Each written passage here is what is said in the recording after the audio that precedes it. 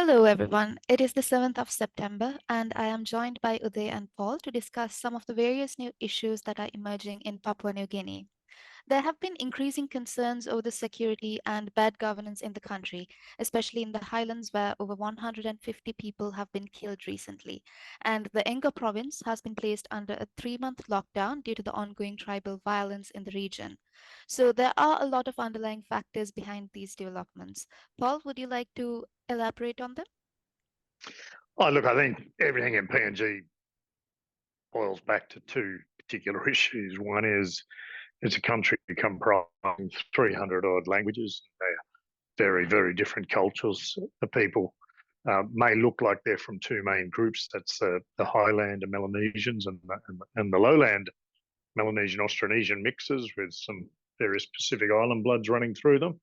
The reality is they're 300 different nations historically with different languages and very different cultures. It's a very primitive society where they've had massive amounts of conflict, and those conflicts never really go away and they keep resurfacing.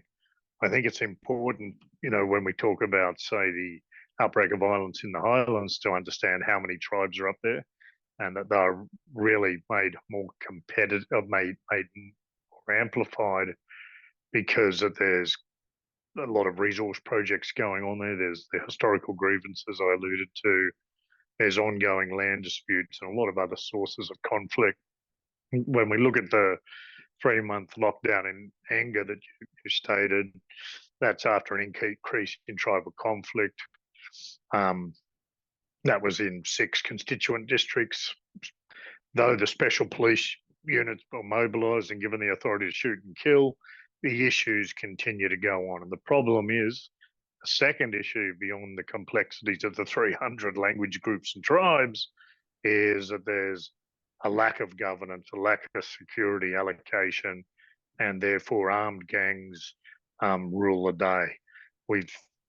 I've got close friends that I respect greatly, but we've seen kidnappings, we've seen ransoms being paid, and they perhaps are a little bit too close to the conflict themselves. So they don't see that if you don't have good governance and you've got armed gangs and you've got resource projects, they can't see the kidnappings are going to continue. Once you start feeding kidnappings with ransoms, even if they are reduced, it's still a ransom. And so it feeds the problem. And if we look at back in February, an Australian anthropology professor, he was a New Zealand citizen, but he was fundamentally a working for an Australian institution. His 3 Papua New Guinean colleagues were kidnapped along with him near Mount Masavi in the Southern Highlands.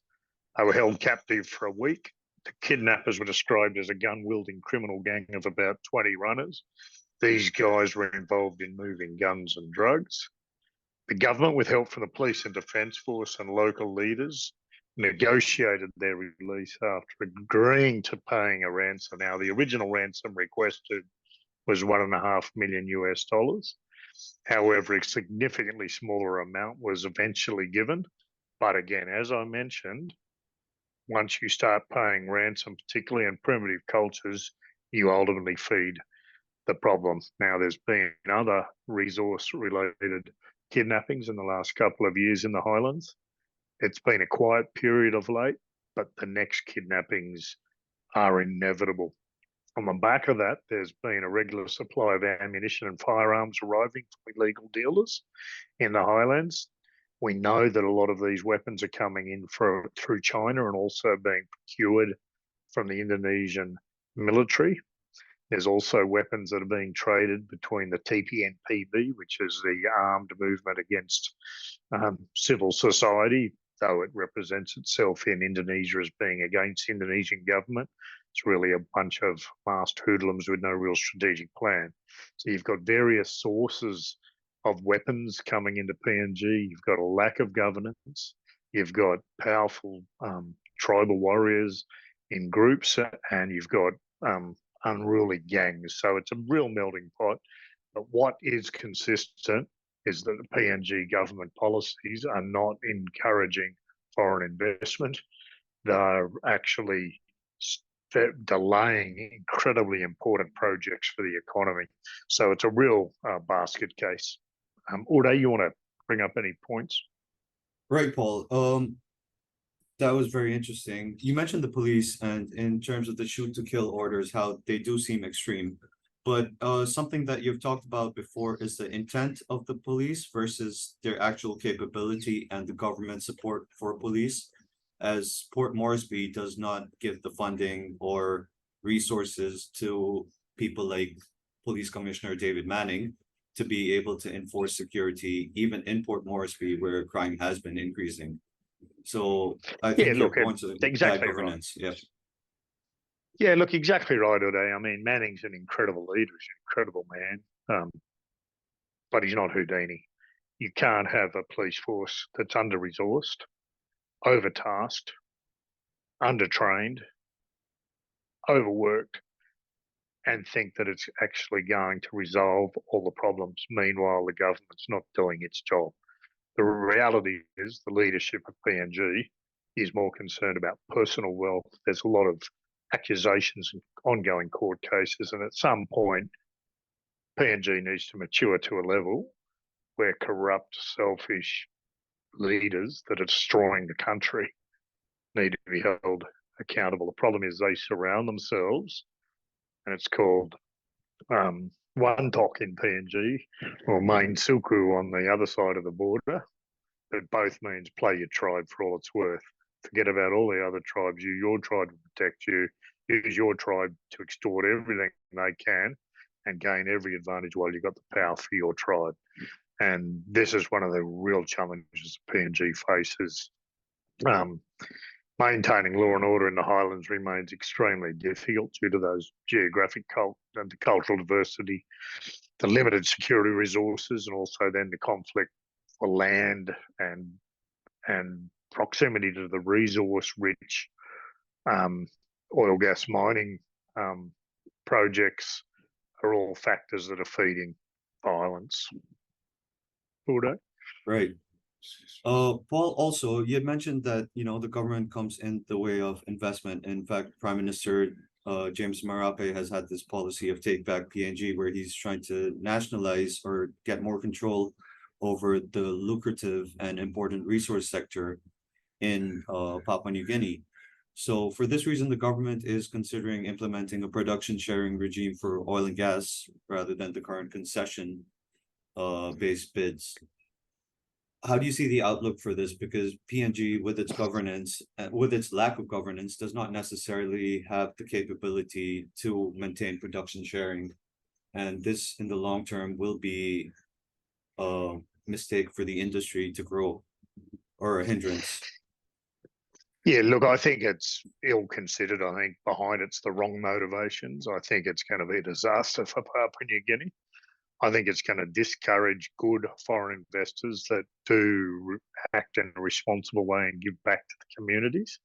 I think it's going to see an increase of particularly Chinese investment, where it's easier to pay off some ministers and rock and roll and not worry about the environment or the wider communities. So I think it's, yeah, I mean, we could spend a 2-hour session on it, but it's ill considered. It's not motivated correctly. It's technically flawed. There's many areas where what they've perceived has failed when it's been implemented with a lot more forethought in a lot less complex environments. So, yeah, it's not a positive one, Uday. Right, Paul. Yeah. So it doesn't look like PNG's trajectory is going to improve. In fact, you've said that it resembles a failed state at points, Paul, and I can't help but see that also. Yeah, yeah. look, mate, I think the key thing to understand with PNG is it is such an incredibly complex environment. So you have major oil and gas companies, notably Exxon and Total, where they've on paper got massive opportunities, particularly Total, they send their management that really come from a set of core skills, which are technical, oil and gas, and they make two mistakes. They don't identify that risk is predominantly about government and community affairs, and they make a second mistake about bringing in people that have experience in Europe or Africa, because have dark coloured skin, that it's the same as the African environment, and it's the most basic flaw of basic logic, and one, it's incredibly disrespectful to the complexities of Papua New Guinea. They then failed to establish a careful and approach to risk management. So they tend to put in people that are coming in from Africa or are technical managers, and they fail to identify the core challenges. As a result, they have the wrong people internally managing them, or they have impressive on paper external contractors doing it, but equally inept and out of place. So PNG is a real challenge, mate. It's not as complex, in my view, to manage risk in PNG as it is in Papua, Indonesia. One, different language there. Two, a whole superimposition of a culturally polar group in terms of the Javanese-led Indonesian government. But generally in Papua, Indonesia, you can't screw it up or you get closed.